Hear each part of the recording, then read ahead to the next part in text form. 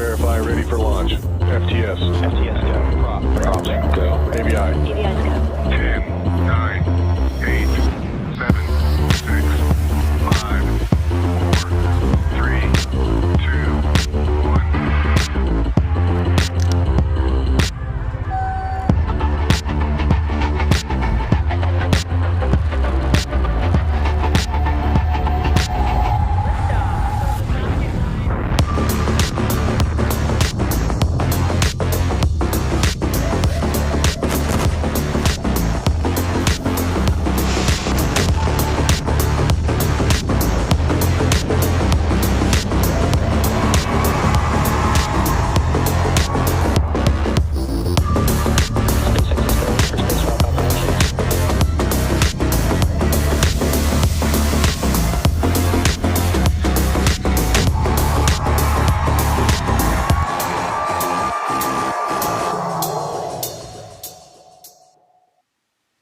Hello and welcome to the NROL-105 launch webcast. SpaceX's Falcon 9 rocket is currently awaiting liftoff from Vandenberg Space Force Base in California.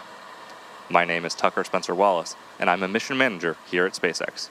Today's mission carries a national security payload designed, built, and operated by the National Reconnaissance Office, or NRO.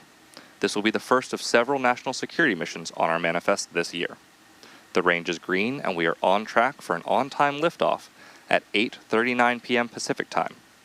If, for any reason, we are unable to launch today, a backup opportunity is available tomorrow at 8:04 p.m. Pacific Time, but for now, the weather is good with just a 0% possibility of launch weather constraints.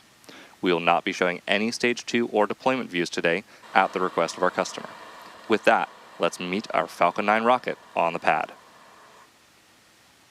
The Falcon 9 rocket supporting today's mission is a two-stage rocket, designed for the reliable and safe transportation of satellites, cargo, and people. Starting from the very top of the rocket, we have the payload fairing. The fairing is a protective shell that houses all of the payloads, shielding them from the aerodynamic heating until the vehicle is outside the Earth's atmosphere. The shape of the fairing contributes to Falcon 9's overall efficiency, helping to reduce drag during flight. Once in space, the two fairing halves separate and fall back to Earth, where they will be recovered by our recovery vessel to be refurbished and reused on future flights. Both halves of the fairing are flight proven today, with one side flying for its 30th time and the other for the 13th. Right below the fairing is Falcon 9's second stage, which houses a single Merlin vacuum engine, or MVAC engine. Below the second stage is the black carbon fiber inner stage, and inside of that is where the MVAC engine is located. The inner stage connects the two stages and houses the center pusher that allows the first and second stages to separate during flight. Below that we have the first stage, or booster, that is fully loaded with about 1 million pounds of liquid oxygen and RP-1. The first stage supporting today's mission will be making its RP-1 load is complete. Second flight today. The first stage makes up the bottom two-thirds of the vehicle and has 9 Merlin M1D engines at the bottom, which generate more than 1.7 million pounds of thrust. About 2.5 minutes into flight, the first stage will separate and make its way back to Earth. Today, the booster is headed back to Landing Zone 4 at Vandenberg Space Force Base. Back to today's mission. Weather is looking favorable for launch, with just a 0% possibility of launch weather constraints.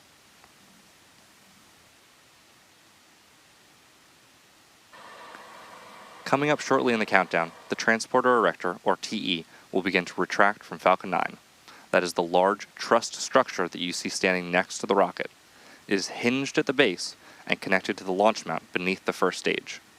First, the clamps around the second stage will open, then the TE will begin to pivot back, slowly swinging away from the rocket. You should see this start to happen in just about 1 minute.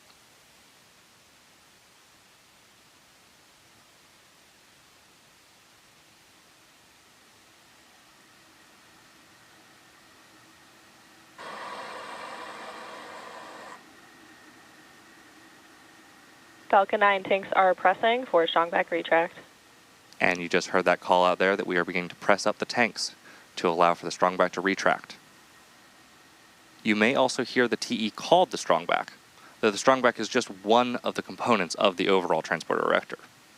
The TE rolls Falcon 9 out to the pad, raises it vertical, and stays connected through the final seconds.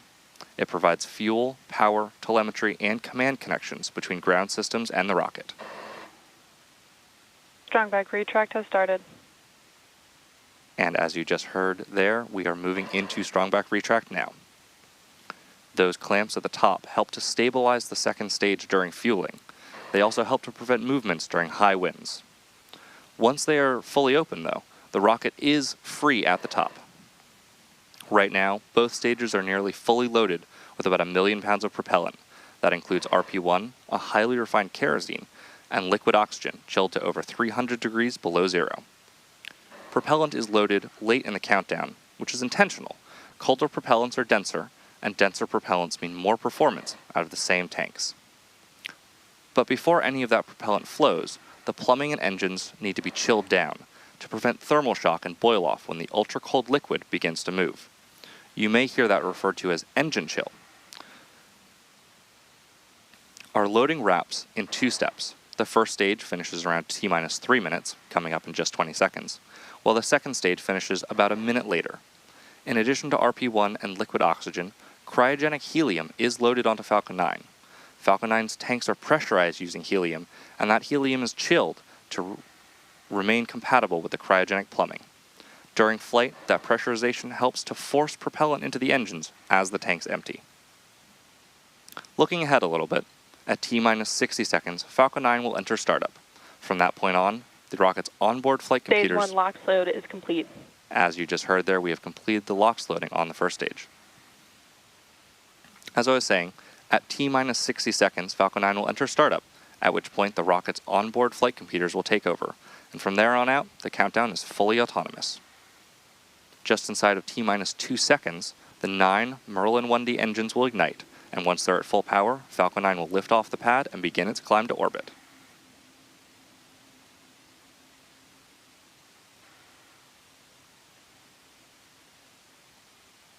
At T-minus 2 minutes and 20 seconds, the range is green, the payload remains healthy, and the rocket is tracking no issues. Coming up shortly should be the completion of Stage 2 liquid oxygen loading.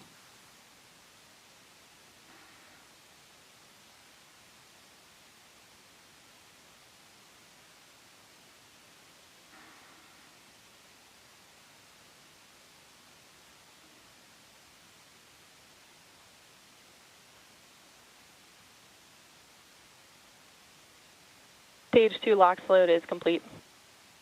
And we just heard that call out that liquid oxygen for the second stage is now fully loaded, completing propellant load for the upper stage. You've probably noticed that there are now white clouds beginning to vent from the rocket. When oxygen is vented from the vehicle, it hits the warmer Ground gas closeouts. outside air, and it instantly condenses into clouds. It's the same principle as your breath on a cold morning, just on a significantly larger scale. Weather continues to be green for our scheduled liftoff at 8:39 p.m. Pacific time. As you just heard, the gas closeout has started, which refers to the venting and closing out of gaseous systems, such as topping off tanks and sealing vents to maintain pressure. Standing by now for confirmation that Falcon 9 is in startup. As you just heard, Falcon 9 is now in startup. At this point, the autonomous flight computers have taken over the launch countdown, and stages 1 and 2 are pressurizing for launch. LD is go for launch. We just heard the launch director give the final go. Now let's listen in to the final seconds of the countdown.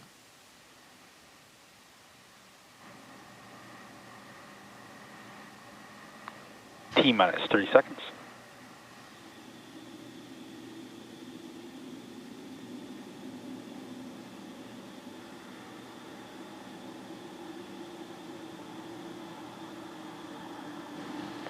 T-minus 15 seconds.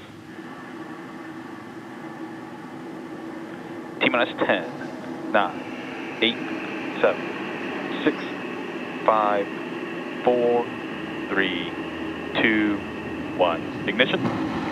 And liftoff of Falcon 9. Go SpaceX, go NROL-105. Falcon is pitching downrange. M1D chamber pressures are nominal.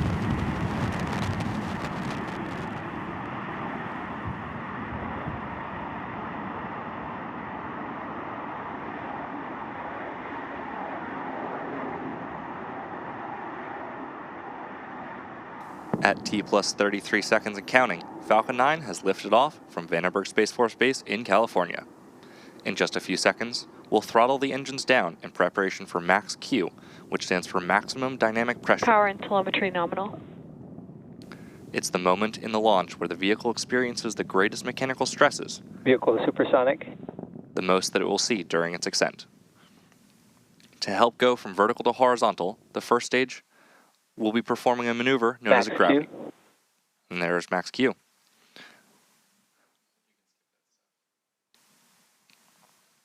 Falcon 9 has just passed through Max Q. The rocket typically needs to go 17,500 miles per hour horizontally in order to avoid being pulled back to Earth MVAC chill. and get into orbit. As you just heard, we're chilling the MVAC engines in preparation for stage separation. So we now have several events coming up in quick succession, and we should hear all of them called out by Mission Control, starting with main engine cutoff, or MECO, then stage separation, stage 1 flip, SES-1, and the boost back burn.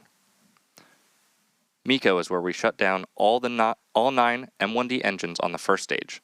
Stage separation is where the first and second stages of Falcon separate from one another.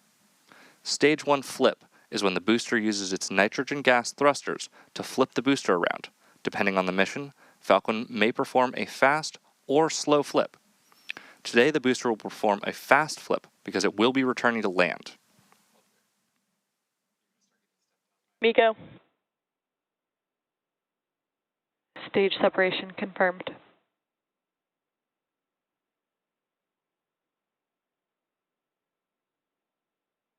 MVAC startup. Stage 1 boost back startup. And confirmation for that series of events, which again were MECO, stage separation, stage 1 flip, SES-1, and the boost back burn. Coming up next will be fairing separation in about 30 seconds. The fairing will jettison from the second stage, as it is no longer needed to protect the payload once we are in space. As mentioned earlier, we will be attempting to retrieve these fairing halves once they fall back to Earth. We should be hearing that call out any second now. Fairing separation confirmed. And there's that good call out for fairing separation.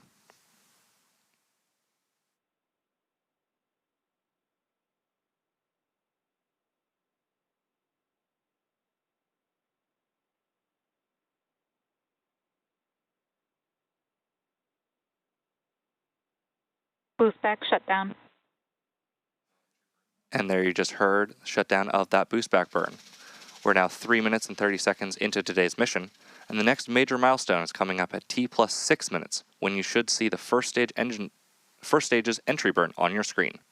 To start the entry burn, we will relight 3 M1D engines on the first stage, starting with the center engine, known as E9, followed shortly after by the E1 and E5 engines. The booster engine graphic on the lower left-hand corner of the screen displays the arrangement of the 9 M1D engines, with an outer ring of 8 and the center 9th engine. These are held in place on the vehicle by a structure called the octaweb, and 3 will light up during the incoming entry burn. The entry burn is similar to pumping the brakes to slow down the vehicle as it passes back into the Earth's atmosphere. We need to do this to slow down and reduce the re-entry forces, which then helps us recover and reuse the first stage.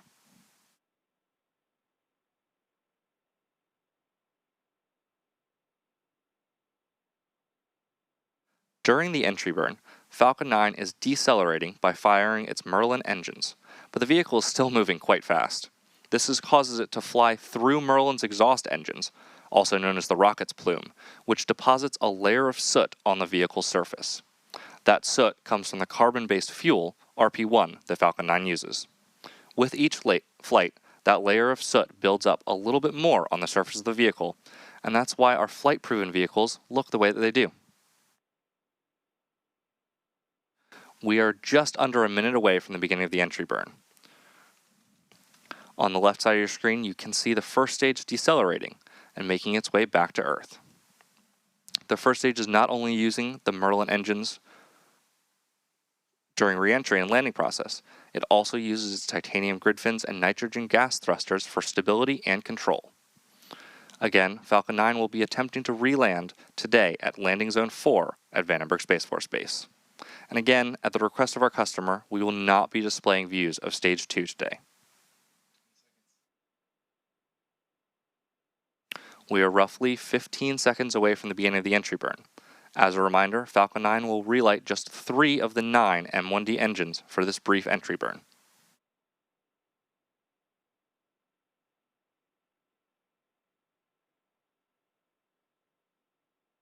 Stage 1, entry burn, startup.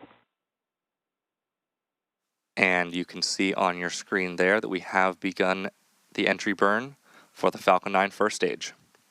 This burn is set to last about 15 seconds and is slowing down the vehicle in preparation for its final burn and landing. Entry burn shutdown. And there we've just finished the entry burn. With the completion of the Falcon 9 first stage entry burn here, coming up next will be the first stage landing burn, which will start about 1 minute from now. The Merlins on Falcon's first stage are optimized for sea level, and these achieve 190,000 pounds of thrust during ascent and descent. They provide the initial power to lift Falcon 9 out of the lower, thicker parts of Earth's atmosphere. In comparison, the single MVAC engine on the second stage has a Stage 1 FTS has safed. has a much wider nozzle and is Stage 1 optimized. transonic. As you just heard, we've passed through the sound barrier.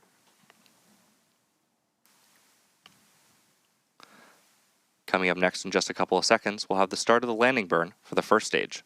The landing burn is the final burn of the Falcon 9 Stage booster. 1 landing burn. And you just heard, and you can now see on your screens, we've begun the landing burn.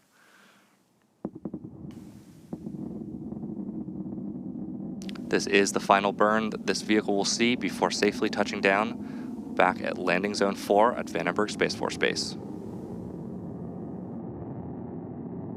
Landing leg deploy.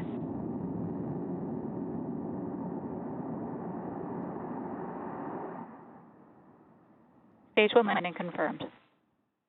And as you just heard on your screen, we have successfully landed. This was our 560th booster landing for SpaceX. This is also the second launch and landing for this first stage. This mission also represents a significant milestone for SpaceX, as it is targeted to be the 600th overall completed mission of a Falcon vehicle. As a reminder, we will not be showing any Stage 2 or deployment views at the request of our customer. So with that landing of our Falcon 9, we'll be bringing the webcast to a close. We'd like to thank the National Reconnaissance Office for entrusting us with today's mission. And we'd also like to thank the Range and FAA for their support. If you're interested in more launch coverage, as you just heard there, Stage 2 MVAC has shut down. As I was mentioning, if you're interested in more launch coverage, head over to spacex.com/launches for the most up-to-date information. While you're there, check out our departure board with all the details about our upcoming missions. And remember to follow us at SpaceX on X for more updates. Thanks for tuning in, and we'll see you next time.